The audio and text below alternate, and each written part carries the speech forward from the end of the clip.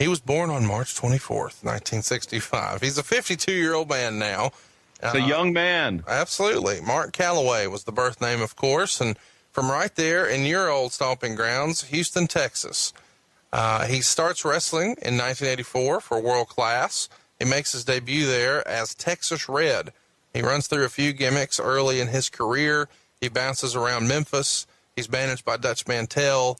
He has some matches with Kerry Von Erich. He wins some gold in Memphis and then eventually moves on to WCW. While he's in Memphis, he is wrestling as the Punisher or the Master of Pain.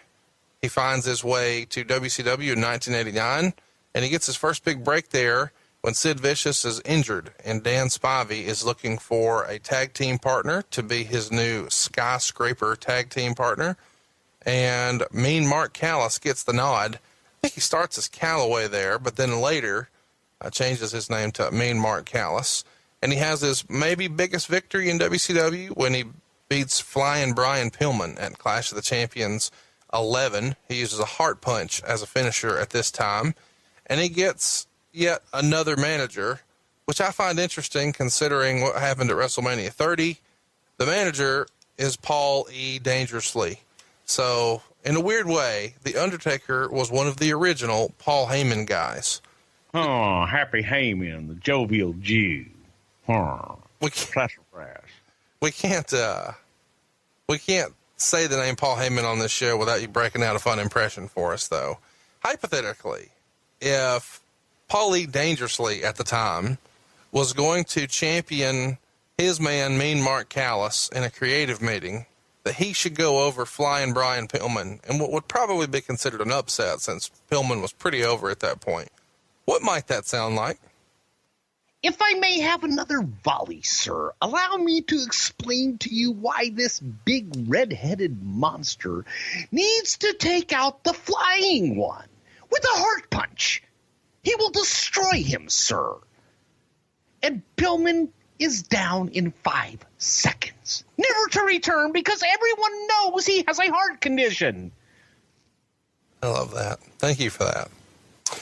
His next big shot is for the U.S. title against Lex Luger at the Great American. I will one day get him booked, and I will deliver a defeat to him at the hands of my, I don't know what the fuck he called. What was he called, Brock?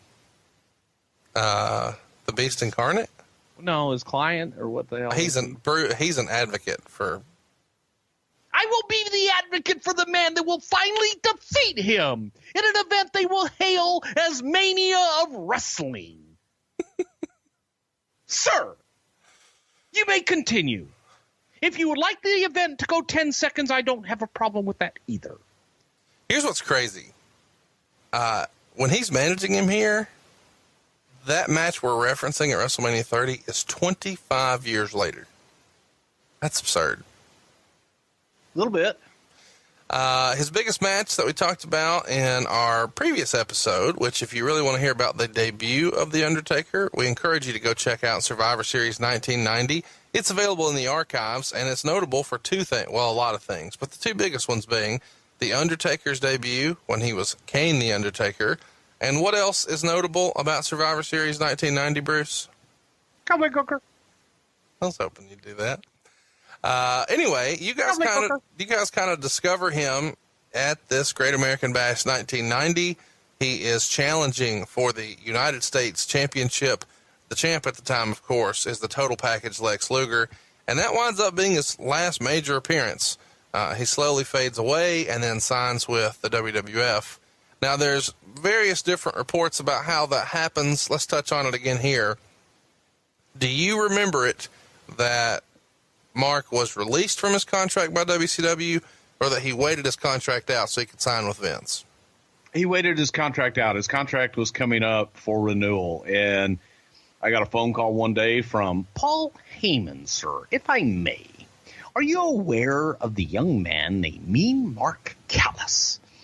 And I was a big fan of Mark's, going back to 1987 and seeing him in WCCW or USWA, whatever the hell it was.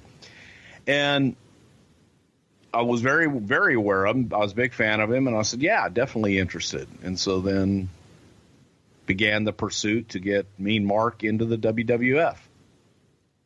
So let's talk about it. He debuts on November 19th, 1993 in Rochester, New York, defeating a gentleman named Jim McPherson.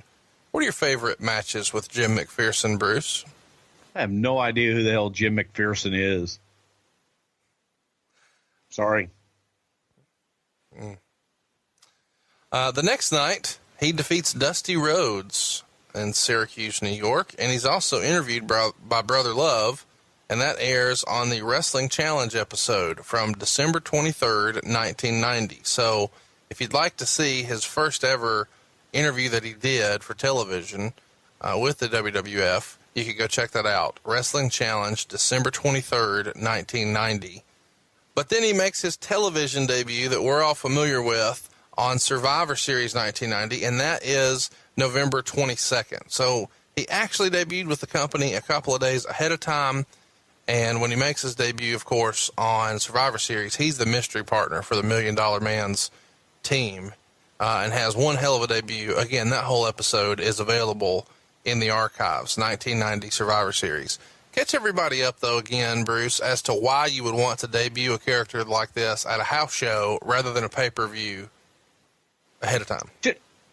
Just to get his sea legs under him, and he had never worked in our ring before. Our ring was bigger than the WCW rings. It was much less forgiving. It also had ropes versus cables, and just didn't want the very first time for him to step into a WWF ring to be on pay-per-view. So Paul Bearer is introduced as the Undertaker's new manager on the Brother Love show, and this aired on Superstars on February 16th, 1991. So if you'd like to see Paul Bearer in his debut for the Undertaker, it's February 16th, 1991 on Superstars. But a lot of people may not realize that Percy Pringle was actually, once upon a time, working with Mark Calaway in a prior life. Catch everybody up, Bruce. Well, Percy Pringle was actually Mean Mark, or the Punisher, whatever the hell name he was using at that time.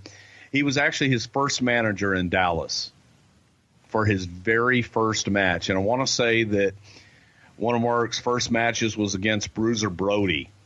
And Brody was actually very kind to him and helped him out quite a bit, and didn't just go out and beat the shit out of him for that match. But it was ironic that his first manager would end up really being his last manager.